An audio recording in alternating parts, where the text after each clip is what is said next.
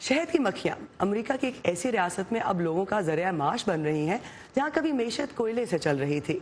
अमेरिकी रियासत West Virginia में कोयले की कानें बंद होने से लोग बड़ी तादाद में बेरोजगार हुए, मगर कुछ तंजीमें अब यहाँ लोगों को शहद की मक्खियाँ पालना सिखा रही हैं।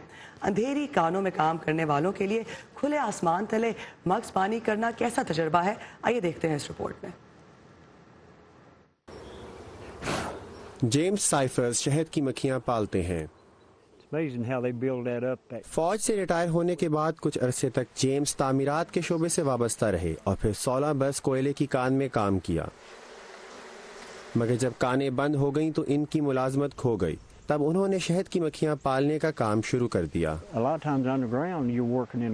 ज़ेरे ज़मीन कानों में काम करते हुए बहुत दफ़ा कीचड़ और अंधेरे में काम करना पड़ता था और वहाँ हालात बहुत बुरे थे।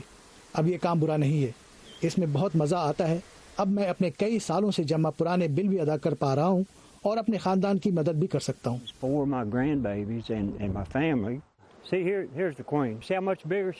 जेम्स को ये रोजगार अब पहला चेन बी कीपिंग कलेक्टिव की मदद से मिली है, जो एक गैर मुनाफे बख्श इदारा है।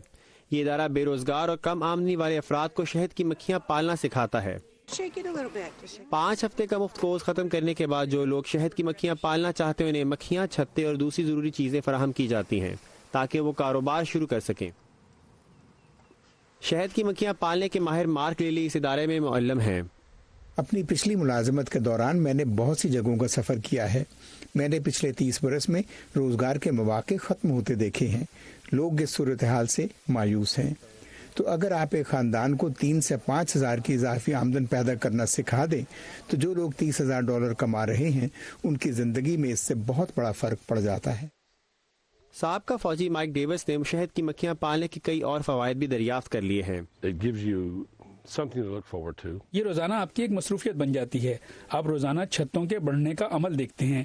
हमें इस अमल में रूहानियत का एक पहलू भी नजर आता है। ये शहद की मक्खियाँ न सिर्फ आपको सुकून देती हैं, बल्कि जैसे लोग कुत्ते पालते हैं वैसे ही मुझे इन शहद की मक्खियों से मोहब्बत है। और इनका ख्याल है कि ये इलाका शहद की मक्खियों के लिए बेहतरीन जगह है।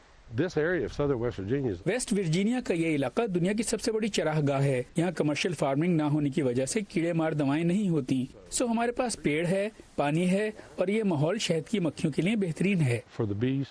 इलाके में मुख्तलिफ इकसाम के फूलों और दरख्तों का रस हासिल करके मक्खियाँ लजीज शहद बनाती हैं।